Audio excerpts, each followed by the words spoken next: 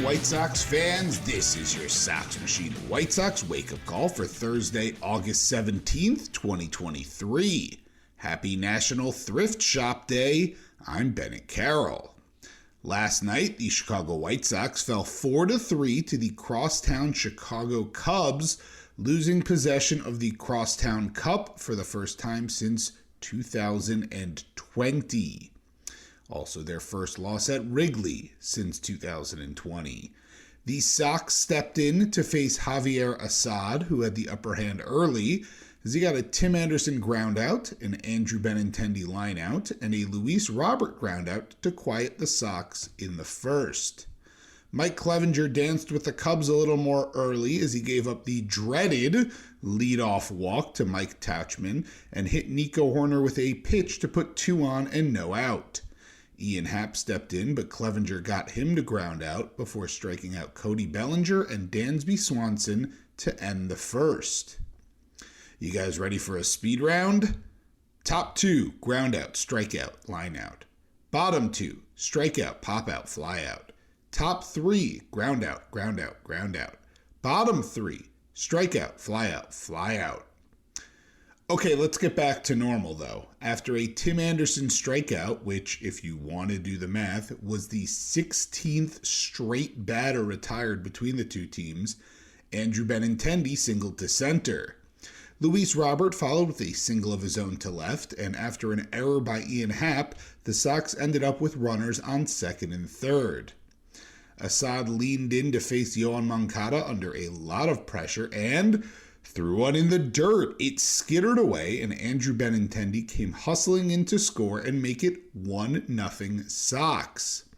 And now with Luis Robert on third, the Sox surely have a chance to capitalize. On a 3-2 count, Yoan Moncada rips a line drive right at Cody Bellinger on first, who, quick thinking, fired to third to beat Luis Robert back to the bag and double up the Sox to end the inning. Bottom 4 and Ian Happ and Cody Bellinger lead off with a pair of singles. Dansby Swanson hits one to left with Andrew Benintendi charging. Benintendi isn't going to catch it, even running full speed, unless he lays out and makes the catch. After a Christopher Morel flyout, Clevinger walks Jeimer Candelario, loading the bases for Seiya Suzuki with 2 outs. Suzuki, who went deep the night before, steps in and, on an 0-2 count, swings on a slider on the outside corner. The ball is heading towards the outfield, and Luis Robert makes the easy catch to end the inning. Top 5, and after Andrew Vaughn draws the dreaded leadoff walk, Gavin Sheets turns on a 1-1 cutter and hits a towering fly ball halfway up the bleachers in right center to put the Sox up 3-0. From there, the Sox go down in order as Yasmani Grandal lined out and Elvis Andrus and Oscar Colas struck out. Bottom 5 and Clevinger shuts the Cubs down, a pair of strikeouts wrapped around a groundout. Top 6 and after a Tim Anderson groundout, Andrew Benintendi doubled to left. After Assad intentionally walked Luis Robert, Yoan Moncada popped out and Andrew Vaughn grounded out to end the threat. Bottom 6 and more of the same from Clevinger, line out, fly out, ground out. We go to the 7th and Mark Leiter Jr. is in for the Cubs, and Leiter does his job, getting the Sox to go 1-2-3, including a strikeout of Yasmani Grandal. Bottom 7 and Clevinger lets up a leadoff single to Christopher Morel before settling in to get Candelario to look at strike 3 and getting Seiya Suzuki to ground out 6-4-3 for a double play to end the inning. That would be the last batter Clevinger faced as he went 7 innings, allowed just 3 hits and walked 2 while striking out 7. His ERA on the year sits at 3.26. Just a reminder on his contract status, he has a mutual $12 million option for 2024 with a $4 million buyout. What that means is, if he believes he can make at least $8 million as a free agent, he likely will decline his option and take the $4 million guaranteed from the Sox. Top 8 and Oscar Colas leads off with a single. After a wild pitch from Jose Cuas moves him to second, Tim Anderson and Andrew Benintendi walk to load the bases for Luis Robert. After the last game, Luis has to have some more juice, right? Right? If by juice you meant striking out on 3 pitches, then yes, he has so much juice that he gave some to Yoan Moncada, who struck out on 3 pitches as well. Andrew Vaughn also struck out to end the inning, but at the very least, he took a ball. Bottom 8 and Aaron Bummer comes in and is matched up against pinch hitter and old friend Nick Madrigal. No one was expecting a Nick Madrigal revenge game, and yet Nicky Two Strikes struck again on an 0-2 sweeper as he got one to land right in the baskets and left and cut the lead to 3-1. That's Nick Madrigal's 2nd home run of the season, 4th of his MLB career. Bummer got Jan Gomes to strike out before walking Nico Horner, but Tim Anderson saves the day again as he picks up a grounder from Ian Happ and goes 6-3 for the inning-ending double play. Top 9 and after a pair of strikeouts, Elvis Andrus singles to left, but gets caught trying to turn it into 2 bases and ends the inning. Okay, bottom 9. Gregory Santos is in trying to get the save for the 2nd consecutive day. 3 outs and the Sox retain the Crosstown Cup. But Cody Bellinger leads off with a double, and Dansby Swanson takes a walk.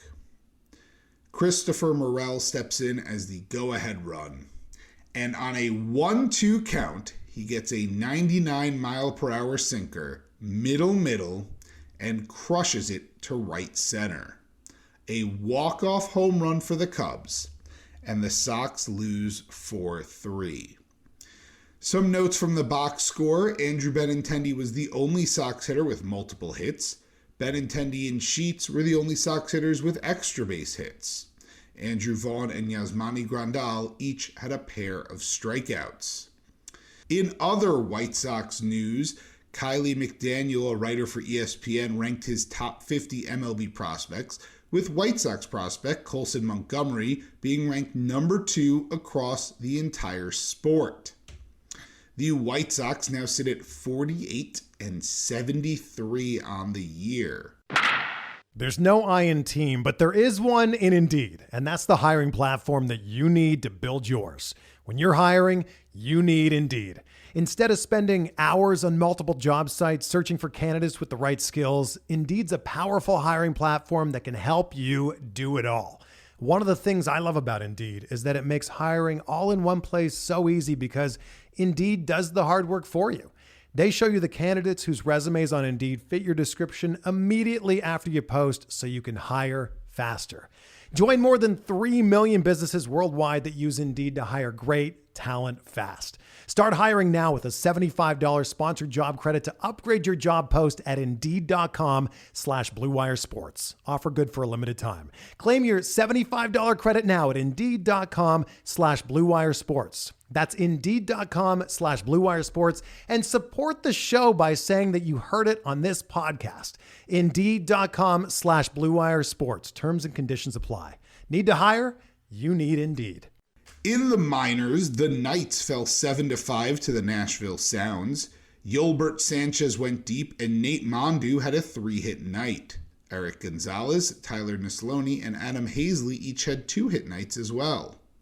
New acquisition Luis Patino struggled as a starter, allowing 2 runs and walking a pair while striking out 3 in 3 innings. He only gave up 1 hit, but it was a home run. The Barons cruised to a 10-1 win against the Chattanooga Lookouts. Luis Mieses went deep and Wilmer Veras doubled. New acquisition, and get used to hearing that wording, Edgar Cuero went 2 for 4 with a pair of runs, and Brian Ramos also had a pair of hits. Tim Elko went 1 for 5. The story of the night was new acquisition Nick Nastrini, who across 6 innings allowed 6 hits and only 1 run while walking a single batter and striking out 10. The Dash shut out the Greenville Drive and won 6-0. Connor McCullough got the start and threw 7 innings, allowing just 3 hits and 6 strikeouts. Jordan McKell swept up behind him, throwing 2 shutout innings of his own and striking out 3. DJ Gladney and Michael the Burner Turner each homered as Turner went 4 for 4. The Cannonballers fell 2-0 to the Carolina Mudcats. Eddie Park had a pair of singles, and 2023 first-round pick Jacob Gonzalez, Mario Camilletti, and Jonacare Betancourt each had singles of their own. Aldrin Batista was strong again as the starter, throwing 5 shutout innings, allowing 3 hits and 2 walks while striking out 4.